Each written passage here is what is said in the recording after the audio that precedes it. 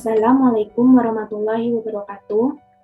Perkenalkan, nama aku Tri Arifatul Maafidah. Aku dari Prodi Akuntansi tahun 2020 di Fakultas Ekonomi dan Bisnis Universitas Yarsi. Di pertemuan kali ini, aku akan melanjutkan materi di pertemuan minggu lalu, yaitu tentang uji SPSS untuk data primer.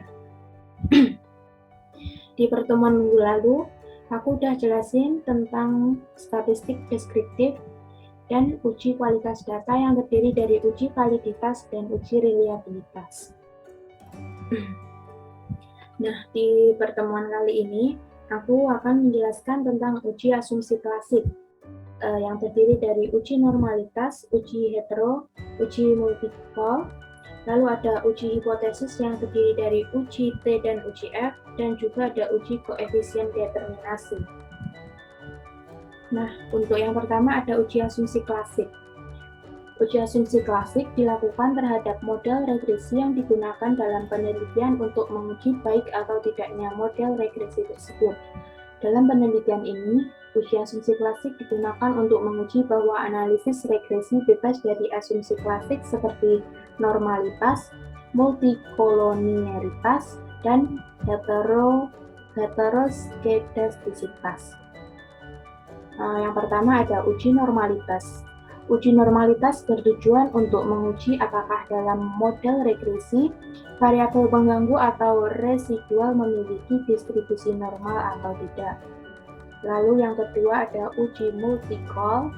Uji multikolonialitas bertujuan untuk menguji apakah pada model regresi ditemukan adanya korelasi antar variabel bebas atau independen.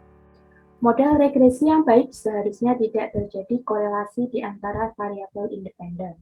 Lalu yang terakhir ada uji heteroskedastisitas adalah untuk mengetahui apakah dalam model regresi terdapat kesamaan varians dari residual suatu pengamatan ke pengamatan lainnya. Nah, selain uji asumsi klasik, aku akan menjelaskan juga tentang uji T dan uji F. Yang pertama ada uji F. Menurut Ghazali, menyatakan bahwa pada dasarnya uji statistik F menunjukkan apakah semua variabel independen yang dimasukkan dalam model mempunyai pengaruh secara simultan atau bersamaan terhadap variabel independen. Lalu, untuk uji T, menurut Ghazali, uji statistik T pada dasarnya menunjukkan seberapa jauh pengaruh satu variabel penjelas atau independen secara individual dalam menerangkan variasi-variasi variabel independen. Untuk uji T ini digunakan untuk mengetahui pengaruh secara parsial atau berhubungan variabel independen terhadap variabel dependen.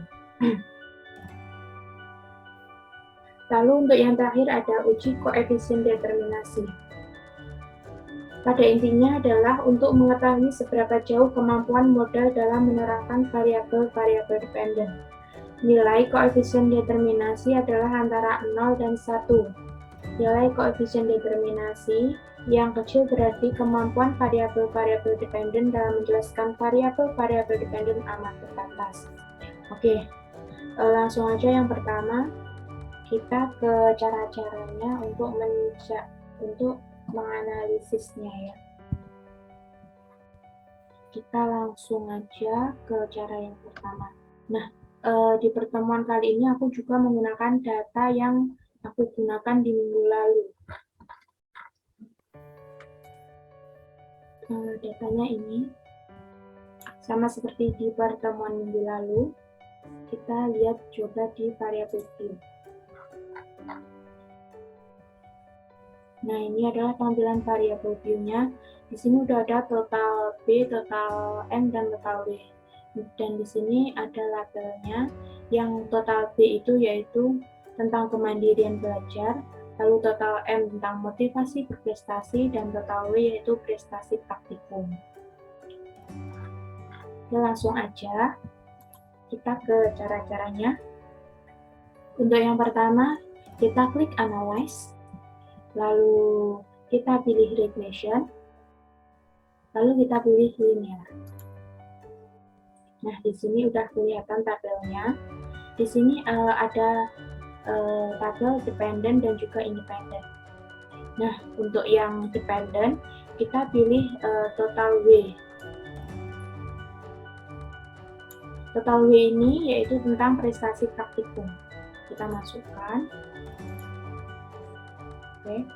Lalu untuk yang independent, kita masukkan yang total B dan M. Total B dan M ini, yang B yaitu kemandirian belajar, kita masukkan.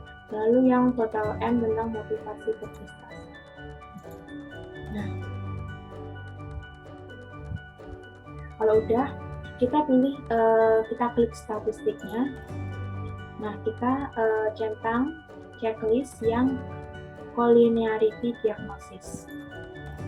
Oke, kalau udah kita klik continue. Lalu yang kedua, kita klik yang plots. Nah, di sini ada tabel Y dan tabel X. Untuk yang tabel Y, kita isi dengan sheet, kita masukkan ke Y. Lalu untuk yang X, kita kasih yang zigzag. Kalau udah, kita klik continue. Lalu di sini ada save, kita klik. Kita checklist yang di residuals itu yang under standardized.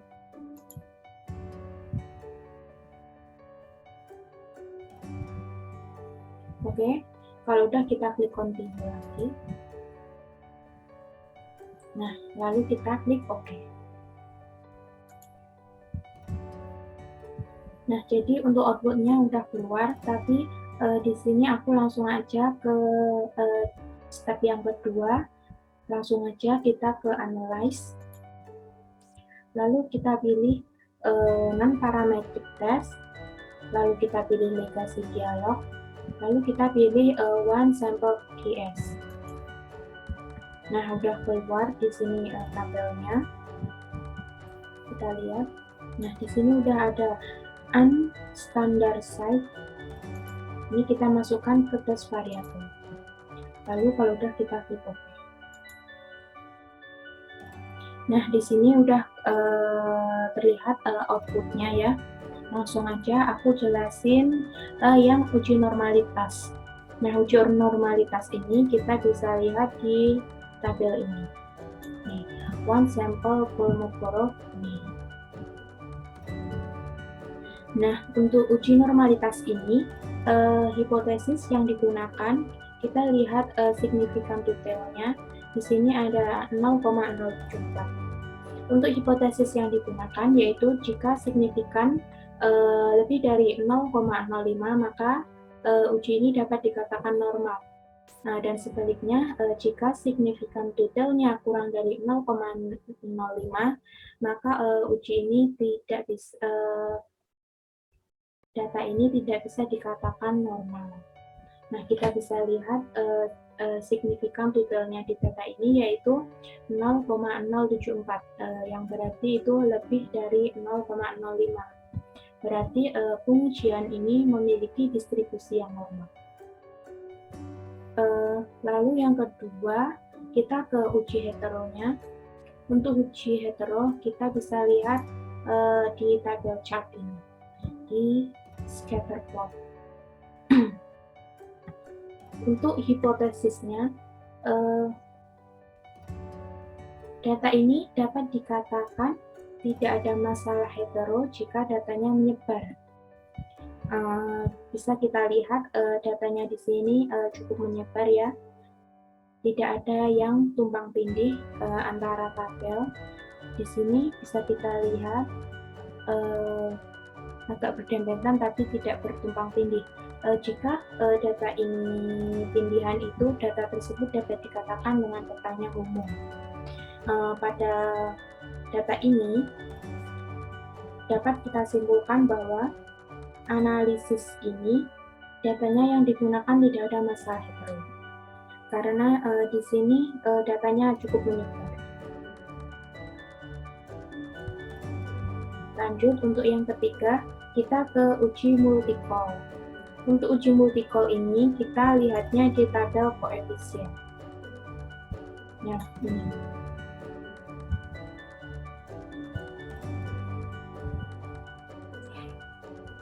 Untuk uji multi-call ini kita lihatnya di tabel VIF dan tolerance.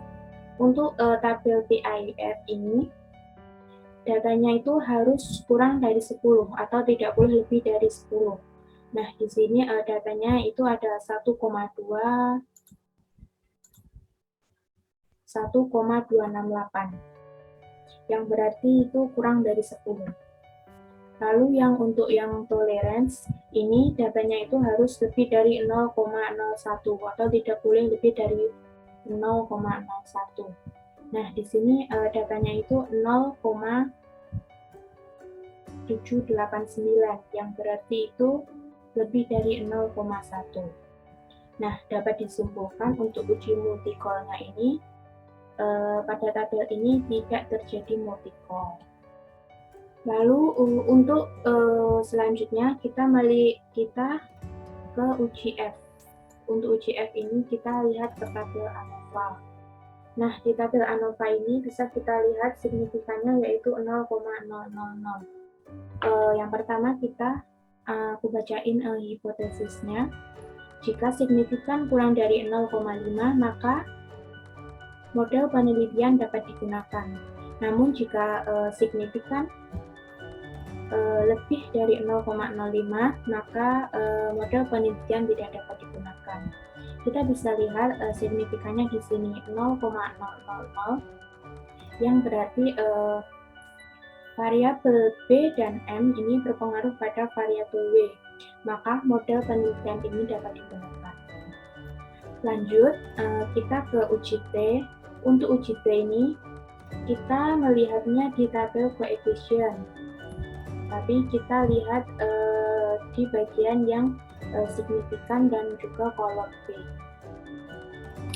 Untuk hipotesisnya, jika signifikannya itu kurang dari 0,05, maka variabel bebas berpengaruh pada variabel berikan. Sebaliknya, jika signifikan lebih dari 0,5, maka variabel bebas tidak berpengaruh pada variabel berikan. Nah, bisa kita lihat di sini signifikannya yaitu 0,000, yang berarti kurang dari 0,05, maka variabel bebas dapat dikatakan variabel bebas dapat berpengaruh pada variabel berikan. Lalu di sini kita lihat di kolom B. Di sini hasilnya positif. Jika hasilnya positif, maka dapat dikatakan semakin besar kemandirian dan motivasi belajar, maka semakin tinggi juga prestasi. Nah, di sini karena hasilnya positif, berarti semakin besar kemandirian dan motivasi, maka semakin tinggi juga prestasinya. Nah, untuk yang terakhir ada uji koefisien determinasi.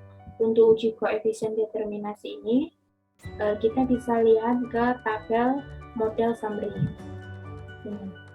Tabelnya kita gunakan yang ini. Lalu kita melihat bagian yang R-square-nya.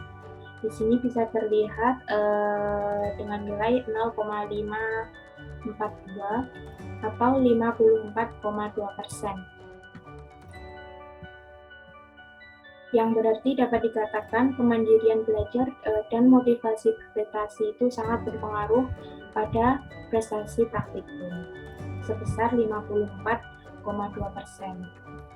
Nah, sisanya itu ada 45,8% itu dapat dikatakan berpengaruh terhadap variabel lain yang tidak diteliti dalam penelitian ini. Untuk kesimpulan atau interpretasi dari uji ini dapat disimpulkan bahwa variabel kemandirian belajar dan motivasi berprestasi itu sangat berpengaruh terhadap prestasi praktikum. Baik, Sekian penjelasan dari aku, semoga bermanfaat. Akhirul kata, wassalamualaikum warahmatullahi wabarakatuh.